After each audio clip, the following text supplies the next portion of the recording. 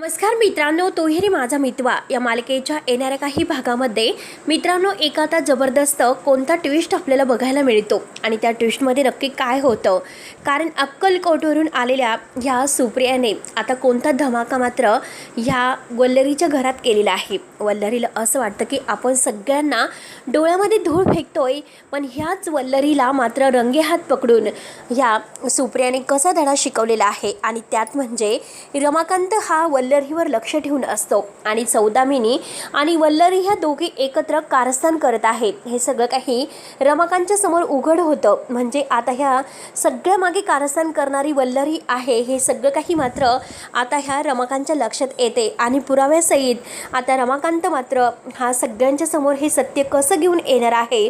त्यासाठी मित्रांनो हा व्हिडिओ शेवटपर्यंत नक्की बघत राहा आणि जर तुम्ही आपल्या चॅनलवर नवीन असाल तर चॅनलला सबस्क्राईब करण्यासाठी मात्र विसरू नका, जेणेकरून तुम्हाला तोही माझा मितवा या मालिकेचे डेली अपडेट्स रोजच पाहायला मिळतील। तेव्हा मित्रांनो हे बघा, आता सौदामिनीने आणि वल्लरीने एकत्र येऊन म्हणजे ठरवलेलं असतं, दोघे एकत्र येऊन आता एकमेकींबरोबर डील केलेली असते। तर वल्लरी म्हणलेली असते की मी घरामध्ये अर्णवला त्रास देत राहील आणि तुम्ही बाहेर बिझनेसमध्ये अर्णवला अडवायचं, जेणेकरून अर्णवची सगळीकडून कोडे होईल आणि अर्णव मात्र हा बिझनेस आहे तर तो शेवटी सात्विकाच्या नावाने त्याने उघडलेली कंपनी डबघायला येईल आणि ही सगळी कंपनी तुमच्या नाम मालकीची असेल आणि त्यात म्हणजे आता 50-50% आता आपल्या दोघींचं वाटं असेल। हे सगळं काही समजल्यानंतर मात्र आता ही सौदामिनी तर खुश होते। सौदामिनी म्हणते की ठीक आहे, तुमची जर मला मदत होत असेल तर आता हे सगळं काही मी करायला तयार आहे। त्यामुळे लवकरात लवकर आपल्याला असं काहीतरी करावं लागेल जेणेकरून अर्णव हा डबघाईला येईल। म्हणून आता वल्लरीने तिला सांगितलेलं असतं की अर्णवकडे आता काही ठरलेल्या वेळातच 200 करोड रुपयांची तू मागणी करायची, जेणेकरून अर्णव इतके पैसे तुला देऊ शकणार नाही आणि ते पैसे दिल्या न गेल्यामुळे कंपनी सगळी काही तुमच्या नावावर होईल आणि त्यामध्ये 50% आता काही वाटा असेल तर तो माझा असेल। सौदामिनी म्हणते की ठीक आहे, मी अर्णवला असंच कोंडीमध्ये पकडते आणि तेवढ्यात मात्र आता दोघींची एकमेकींबरोबर डील होते आणि त्याच वेळेस मात्र आता ही सुप्रिया तेथून जात असते आणि सुप्रिया तिथून जात असताना आता तिला असं वाटतं की आपण इतके दिवस झालो घरी आलो आणि आता आपल्याला म्हणजे घरी जायला हवं, परंतु तिला तिथे समोर वल्लरी दिसते आणि वल्लरीबरोबर मात्र सौदामिनीसुद्धा दिसते। आता सुप्रिया धावतच येते आणि वल्लरीची गचंडी धरते आणि गचंडी धरल्या क्षणी मात्र तिला बाहेर काढते आणि तिला म्हणते की काय गं, अगं आत्तापर्यंत कारस्थान करून इतके दिवस कुठे लपून बसली होती आणि आज येथे समोर आली, तुझ्यामुळे माझ्या मुलीला आणि मला जे काही भोगावं लागलं तर ते मी खरंच नाही सोडू शकत। काही झालं तरी आता मात्र मी तुला सगळ्यांच्या समोर घेऊन जाणार म्हणजे जाणारच। म्हणून मात्र आता ती वल्लरीला फरफटत बाहेर काढते आणि त्याच वेळेस आता तिच्यासोबत मात्र ही सौदामिनी असते। सौदामिनी घाबरतच आता कंपनीमध्ये निघून जाते। तिला असं वाटतं की नक्की कोण असेल ती बाई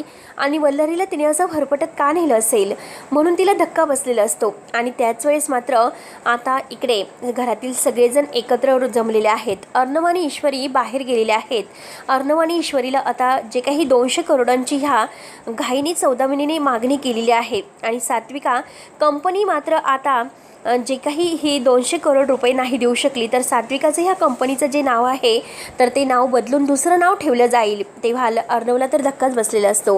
अर्णव आता खूप टेन्शनमध्ये येतो आणि तो म्हणजे ईश्वरीला म्हणत असतो की ईश्वरी काय करायचं, कंपनीचं आता जितकं मोठं संकट आपल्या कंपनीवर आलेलं आहे आणि सात्विका आईचं जे नाव आहे इतक्या दिवसापासूनचं तर ते नाव जर असं धुळीस मिळालं तर मी काय करू। तेव्हा लगेच ईश्वरी म्हणते की काही काळजी करू नका, सगळं काही व्यवस्थित होईल। आणि तेवढ्यात मात्र आता तो टेम्पो तेथून गेलेला असतो आणि त्या टेम्पोतून त्यांना जी काही आता ही न्यूज मिळालेली असते आणि ती न्यूज मिळून जे काही घडलेलं आहे ते सगळं मात्र आता त्यांना एक आता क्ल्यू मिळालेला असतो की लढायचं कसं आणि ह्या सगळ्या याच्यामध्ये ते पार्टिसिपेट होतात आणि ह्या स्पर्धामध्ये मात्र आता ईश्वरीने ते सगळं काही आता तयारी करून बेस्ट विनरची जी काही ही पारितोषिक मिळवलेलं आहे आणि त्यामध्ये 1 मिलियनचं आता हे जे काही पारितोषिक ईश्वरीने पटकवलेलं आहे। तेव्हा ईश्वरी इतकी खुश असते, अर्णवसुद्धा इतका खुश असतो। शेवटी आज ईश्वरीमुळे सात्विकाचं नाव वाचलेलं असतं, सात्विका कंपनी वाचलेली असती. आताच या सौदामिनीला फारच राग येतो. ईश्वरी आणि अर्णव यांनी तिच्या तोंडावर 200 करोड रुपये फेकून दिलेले असतात आणि आता यापुढे तू चालती हो, नाहीतर पोलिसांच्या ताब्यात आम्हाला कसं देता येईल हे आम्ही आमचं बघूयात. यापुढे आमच्यामध्ये नाक खुपसण्याचा प्रयत्न करू नका, नाहीतर तुम्हाला पोलिसांच्या ताब्यात देण्यासाठी आम्हाला वेळ लागणार नाही. हे सगळं काही झाल्यानंतर मात्र आता सौदामिनीला काय करावं आणि काय नाही काहीच कळत नसतं. तिला असं वाटत असतं की अर्णवला जर आता रस्त्यावर आणले तर तो मात्र आपल्या मुलीसाठी म्हणजे धावत येईल आणि आपल्या मुलीला स्वीकारेल. परंतु आता असं काही झालेलं नाही, म्हणून मात्र तिला खूप टेन्शन येते. आणि त्याच वेळेस आता रमाकांत इकडून जात असतो. रमाकांत जेव्हा बघतो तर काय, आता ही सौदामिनी आणि वल्लरी पुन्हा एकमेकीला भेटलेले आहे. कारण जे 200 करोड रुपये आहे तर ते अर्णवने माझ्या तोंडावर फेकलेले आहे.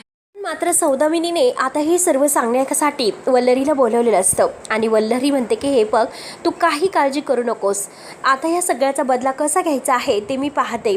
म्हणून मात्र वल्लरीने आता तिला पुढचा प्लॅन सांगितलेला असतो की पुढचा प्लॅन काय करायचा. कारण आता सगळ्यात अगोदर आपल्याला ईश्वरीला संपवायचं आहे आणि ईश्वरी एकदा की संपली म्हणजे अर्णव बरोबर आता रस्त्यावर येऊ शकतो. कारण अर्णवची ताकद ईश्वरी आहे आणि त्या ईश्वरीला आता आपल्याला बरोबर काहीतरी धडा शिकवायचा, म्हणजे तिला या जगातून आता अगदी उडवायचंच आहे असं मात्र आता तिने सांगितलेलं असतं. म्हणून त्या दोघींचा प्लॅन होतो आणि त्या दोघी प्लॅनच करत असतात. तेवढ्यात तिथे आता रमाकांत येतो आणि रमाकांतने मात्र आता ह्या दोघींना एकत्र बघितलेलं असतं. कारण त्या दिवशी रात्रीसुद्धा वल्लरी अचानक कुठेतरी गाडी घेऊन गेलेली असते आणि आजसुद्धा ती सौदामिनीला भेटायला का आली असेल, सौदा आणि मिनी आणि तिचं नक्की काय अगदी म्हणजे एकमेकींशी बोलणं होत असेल, एकमेकींना का भेटत असतील, एकमेकींच्या ओळख का असतील, या सगळ्याची माहिती मिळवण्यासाठी आता रमाकांत त्यांचं चोरून सगळं काही बोलणं ऐकतो. तेव्हा मात्र आता रमाकांतला धक्काच बसतो. कारण ह्या दोघींचा असा प्लॅन झालेला असतो की ईश्वरीला मात्र आता धडा शिकवायचा आणि ईश्वरीला धडा शिकून या जगातून उठवायचं असा त्यांचा प्लॅन असतो. आणि त्यासाठी मात्र यांनी आता हे सगळं काही प्लॅनिंग केलेलं आहे आणि ते प्लॅनिंग आता हे सगळं काही मात्र हे लक्षात आलेलं असतं. रमाकांत म्हणतो की किती काही झालं तरी शेवटी दोघींचं नक्की काय सुरू आहे माहिती नाही, पण आता मात्र आपल्याला हे सत्य सगळ्यांच्या समोर आणावं लागेल. कारण ईश्वरीच्या जीवाला संकट आहे आणि ह्या दोघी ईश्वरीला मात्र आता म्हणजे मारण्यासाठी यांचा जो काही प्लॅन आहे तो मला काही झालं तरी सगळ्यांच्या समोर आणावा लागेलच. म्हणून मात्र आता त्याच वेळेस आता वल्लरीला तर भीतीच असते, कारण सुप्रिया जर परत घरी आली तर अवघड होईल. आणि त्याच वेळेस मात्र आता स्वामी समर्थावरून आलेली ही सुप्रिया ऐनवेळेस घरी येते. ऐनवेळेस जेव्हा ती घरी येते आणि आता घरी आल्यानंतर जेव्हा ती वल्लरीला पाहते, वल्लरीला लगेच आता गजंडी धरत बाहेर काढते.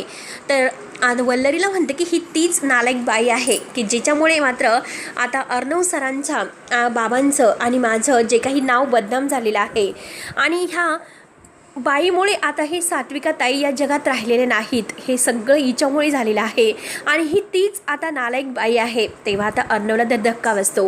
अर्णव म्हणतो की मामी, त्या दिवशी तू उदयकांतला भेटायला गेली होतीस, मी तुला विचारलं होतं की इतक्या रात्री तू तिकडे काय करतेस, पण त्या दिवशी तुम्हाला खोटं सांगितलं आणि शेवटी तू मात्र तिकडे उदयकांतला भेटायला गेली होती. हे सगळं काही तू मात्र उदयकांतला वाचवण्यासाठी करत होती. आत्ता माझ्या समोर येत आहे, म्हणजे आत्तापर्यंत जे जे काही तू कारस्थान करत आली ते सगळे कारस्थान तुझे होते, म्हणजे उदयकांतला लपवण्यामागे तुझा डाव होता आणि धुमाळला संपवण्यासाठी सुद्धा तूच प्लॅन आखलेला होता. आणि त्याच वेळेस उदयकांत दारात येतो.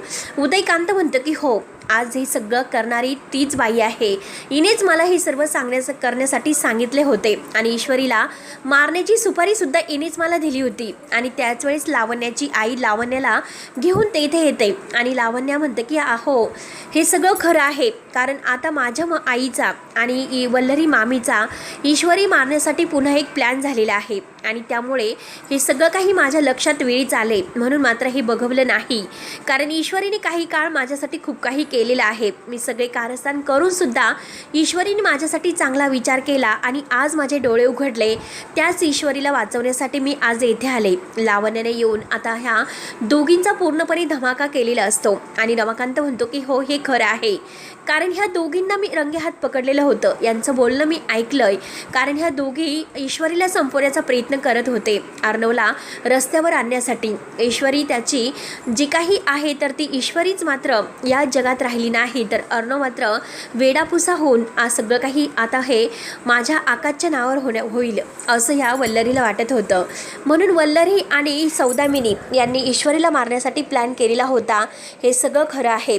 रमाकांत जेव्हा हे सर्व काही सांगतो तेव्हा मात्र आता अर्णवला फारच राग येतो. अर्णव लगेच वल्लरीची गळचंडी धरतो आणि म्हणतो की हे बघ म्हणजे मामी, मला वाटलं नव्हतं की तू असं काहीतरी करशील म्हणून. आणि आता मामीचे एक एक करून सगळे काही सत्याचा पुरावा सगळ्यांच्या समोर येतो आणि शेवटी या सुप्रियाने सगळ्यांच्या समोर मात्र आता एक असं काहीतरी सत्य दाखवलेलं असतं आणि त्या सत्यानेच्या पुराव्याने आता सगळं काही छान होतं. म्हणजे सगळ्यांना विश्वास पडतो असा काहीतरी तिने भयानक पुरावा दाखवलेला आहे आणि शेवटी सगळं काही आता हे म्हणजे वल्लरीच्या विरोधात गेलेलं असतं आणि अर्णव स्वतः पोलिसांना बोलावतो आणि वल्लरीला पोलिसांच्या ताब्यात देतो. तेव्हा मित्रांनो आता आजीसुद्धा पुढे येते आणि आजीसुद्धा वल्लरीच्या एक सनकणी कानामागे ठेवून देते आणि या घरातून चालती हो, या घरात तुला कोणतेही हक्क अधिकार राहिलेले नाहीत. म्हणून वल्लरी आणि सौदामिनी या दोघींना आता पापाची शिक्षा तर मिळतेच आणि शेवटी पोलिसांना घेऊन जातात. तर मित्रांनो पुढे नक्की काय होतं हे बघायला विसरू नका. तोपर्यंत धन्यवाद.